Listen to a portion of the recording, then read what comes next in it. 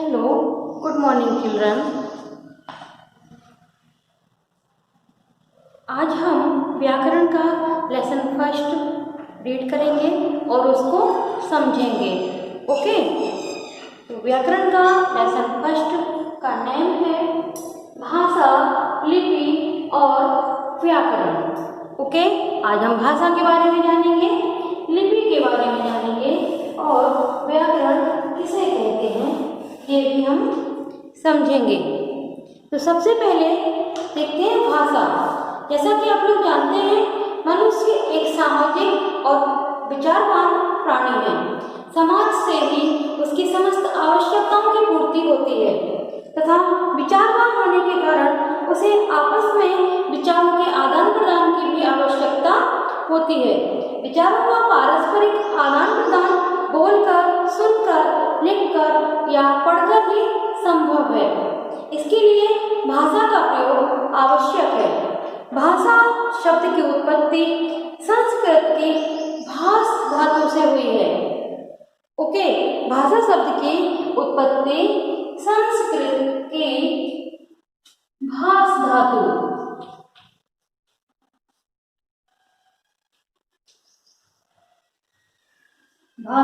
से हुई है। इसका अर्थ है व्यक्त वाणी या बोलना, अर्थात मनुष्यों की जिन आवाजों का कोई अर्थ होता है तथा जो आसानी से समझ में आ जाती हैं उन्हें भाषा कहते हैं। जैसे ये पिक्चर देखते हैं, आप अपनी बुक पर देखिए, पेज नंबर 3। चित्रों के नीचे दिए गए वाक्यों को ध्यानपूर्वक पढ़िए। जैसे फर्स्ट पिक्चर के नीचे जो वाक्य दिया गया है, मिनी टीचर को प्रश्नों के उत्तर बता रही हैं। सेकंड, सुनीता अपनी छोटी बहन को पत्र लिख रही है। यह आपको आसानी से समझ में आ रही है वाक्य।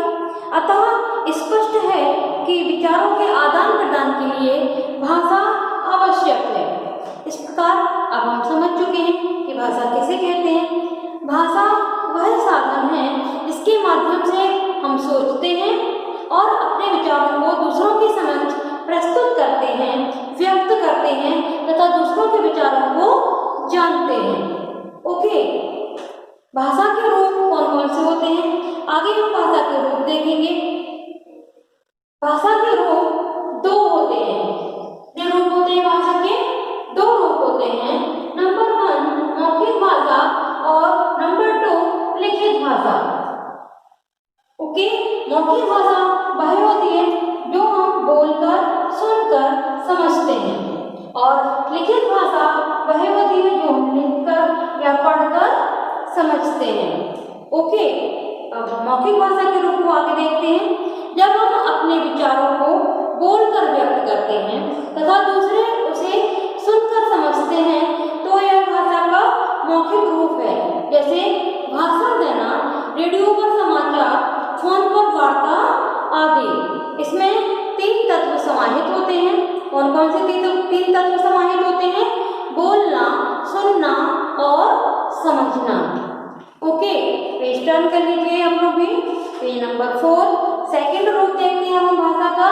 दूसरा रूप है लिखित भाषा।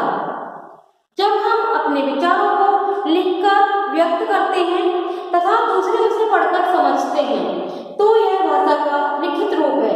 जैसे समाचार पत्र, पुस्तकें आदि। इसमें भी 3 तत्व समाहित होते हैं। जैसे लिखना, पढ़ना और समझना। लिखना, पढ़ना और समझना। ओके, हमारे दैनिक जीवन में भाषा का मौखिक रूप ही अधिकांश प्रयोग में आता है, किंतु विचारों को दीर्घकाल तक सुरक्षित रखने के लिए भाषा का लिखित रूप आवश्यक है। भाषा के लिखित रूप के द्वारा ही यह संभव है कि हम अपने विचारों को दीर्घकाल तक अर्थात अधिक समय तक उसको हम सुरक्षित रख सकते हैं। हमारा प्राचीन साहित्य भाषा के लिखित रूप द्वारा ही सुरक्षित रह सका है। भाषा का लिखित रूप स्थायी तथा महत्वपूर्ण होता है। अब हम और अन्य प्रकार की भाषाएं कौन कौन सी होती हैं वो देखते हैं। सबसे पहले देखते हैं मातृभाषा। ओके, जिस भाषा को मनुष्य सबसे पहले अपने माता पिता मातृभूमि के परिवेश से सीखता है उसे मातृभाषा कहते हैं। जैसे किसी हिंदी भाषी परिवार में जन्म लेने वाला बालक प्रारंभ से ही हिंदी भाषा के परिवेश में रहकर हिंदी भाषा स्वतः ही सीख जाता है, यही उसकी मातृभाषा होगी। अब दूसरी भाषा देखते हैं हम, प्रादेशिक भाषा।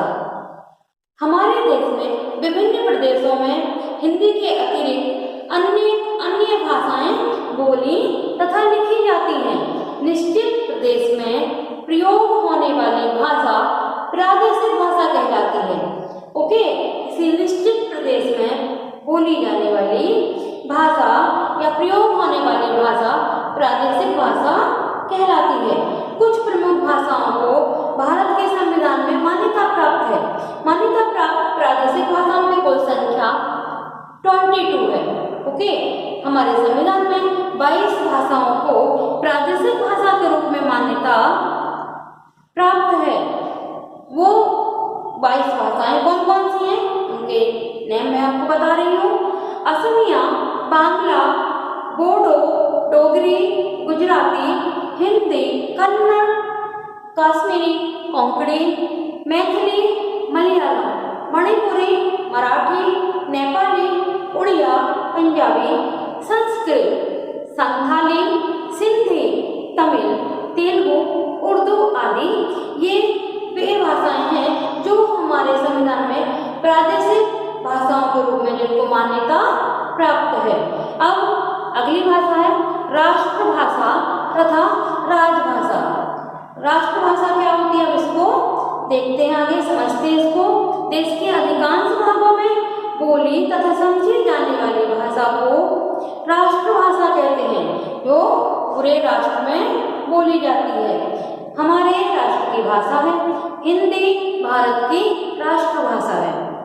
प्रशासन द्वारा हिंदी भाषा में समस्त कार्य किए जाते हैं, इसलिए यह राजभाषा भी कहलाती है। ओके, शासन द्वारा हिंदी भाषा में समस्त कार्य किए जाते हैं, इसलिए यह राजभाषा भी कहलाती है। हिंदी को 14 सितंबर 1949 को राजभाषा स्वीकार किया गया। तब से प्रत्येक वर्ष 14 सितंबर को हिंदी दिवस मनाया जाता है। जिस प्रकार हम लोग भी अपने विद्यालय में मनाते हैं, उस दिन वाद विवाद प्रतियोगिता, निबंध प्रतियोगिता, कहानी सुनाने की प्रतियोगिता, कविता सुनाने की प्रतियोगिता आदि आयोजित होती हैं, जिनमें आप लोग भाग लेते हैं। ओके, नेक्स्ट भाषा है अंतरराष्ट्रीय भाषा। राष्ट्रभाषा तथा राजभाषा के बाद नेक्स्ट भाषा आती है अंतरराष्ट्रीय भाषा।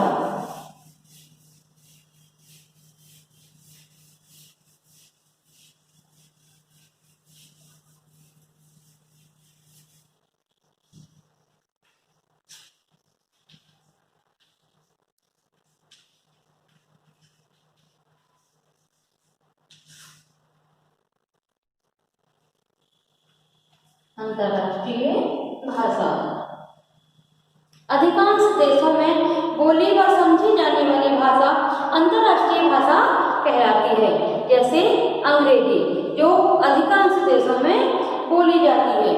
ओके, नेक्स्ट बोली। अब बोली किसे कहते हैं, इसके बारे में जानेंगे हम।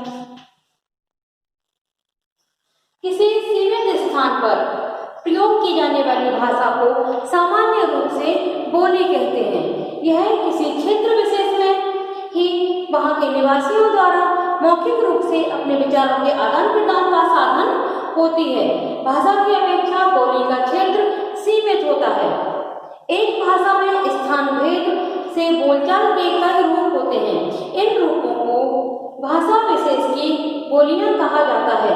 जैसे बिहार में बोली जाने वाली बोली भोजपुरी तथा कुमाऊं क्षेत्र में बोली जाने वाली बोली कुमाऊनी कहलाती है। जब यह बोली और बड़े क्षेत्र में बोली जाती है तब यह उपभाषा कहलाती है। जब किसी उपभाषा में साहित्य की रचना होने पर वह साहित्य प्रसिद्ध हो जाता है तब वह भाषा कहलाने लगती है। जैसे हमारे बुंदेलखंड में बुंदेली लिपि बोली जाती है। ओके, नेक्स्ट है लिपि।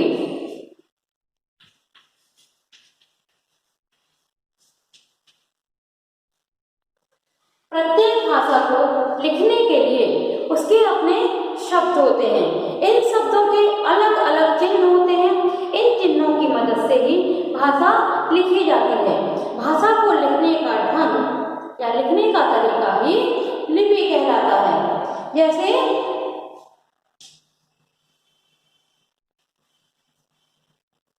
देवनागरी लिपि।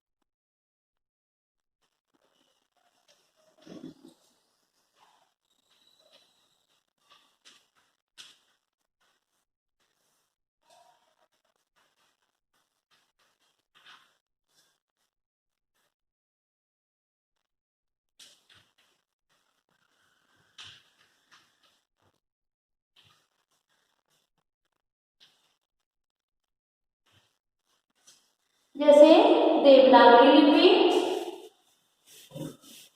का, ख, ग, घ आदि, ये देवनागरी लिपि है। हमारी हिंदी भाषा देवनागरी लिपि में लिखी जाती है और अंग्रेजी भाषा रोमन लिपि में लिखी जाती है। जैसे रोमन लिपि कौन सी है?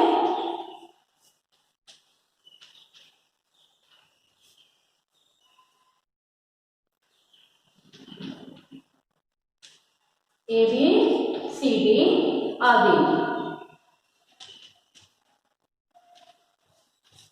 ओके, ये फर्स्ट ये देवनागरी लिपि है। हमारी हिंदी देवनागरी लिपि में लिखी जाती है और सेकेंड लिपि है रोमन लिपि। हमारी अंग्रेजी रोमन लिपि में लिखी जाती है। ओके, अंग्रेजी भाषा रोमन लिपि में लिखी जाती है। उर्दू की फारसी लिपि तथा पंजाबी भाषा की लिपि गुरुमुखी लिपि है। इस प्रकार लिपि की परिभाषा भाषा की ध्वनियों को जिन विशेष लेखन चिन्हों के द्वारा प्रकट किया जाता है उसे लिपि कहते हैं। भाषा की परिभाषा पुनः सुन लीजिए। भाषा की ध्वनियों को जिन विशेष लेखन चिन्हों के द्वारा प्रकट किया जाता है उसे लिपि कहते हैं। ओके, अब नेक्स्ट इसके बाद व्याकरण।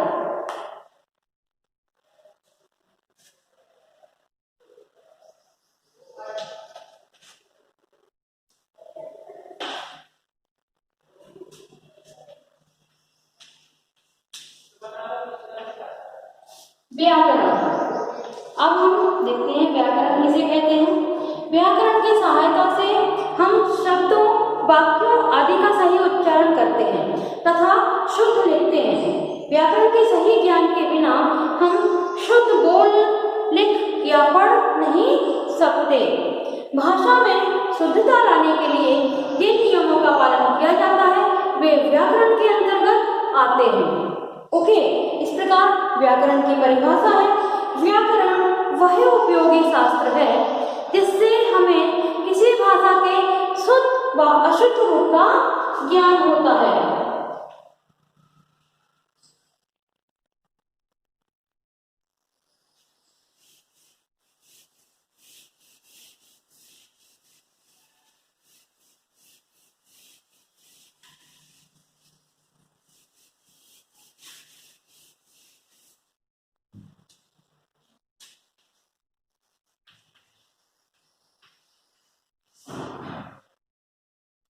व्याकरण क्या है इसकी हम परिभाषा राइट करेंगे।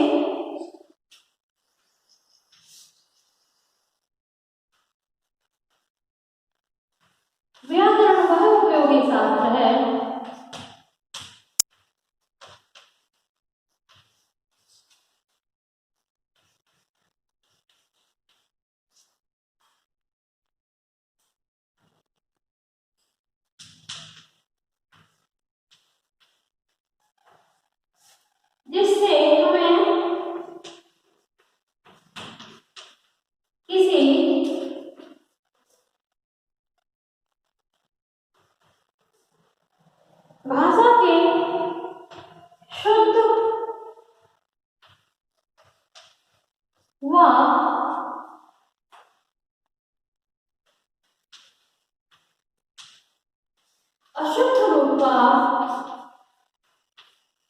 ज्ञान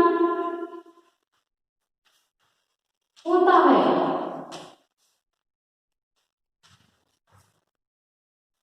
ओके, व्याकरण के अंक कितने होते हैं?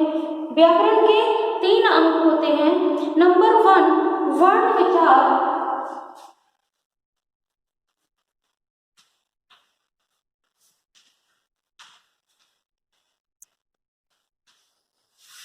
व्याकरण के अंक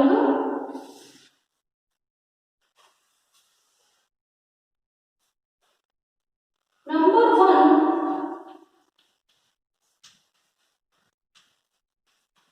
वर्ण विचार, नंबर 2 शब्द विचार। ये 3 व्याकरण के मुख्य अंक होते हैं। नंबर 3 वाक्य विचार।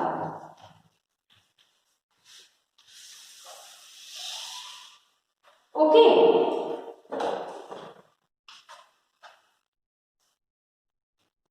अब ये आप जान चुके हैं व्याकरण की परिभाषा और व्याकरण के अंगों के बारे में। व्याकरण के कितने अंग होते हैं? व्याकरण के 3 अंग होते हैं। नंबर 1 वर्ण विचार, नंबर 2 शब्द विचार और नंबर 3 वाक्य विचार। आपका लेसन 1 फिनिश हुआ। इसके नेक्स्ट वीडियो में हम इसकी एक्सरसाइज कंप्लीट कर पाएंगे। ओके, आज का आपका होमवर्क है रीड लेसन 1। इस लेसन को बहुत अच्छे से रीड कीजिएगा और जो हमने समझाया है उसको समझने का प्रयास कीजिएगा। Okay, have a nice day, bye bye.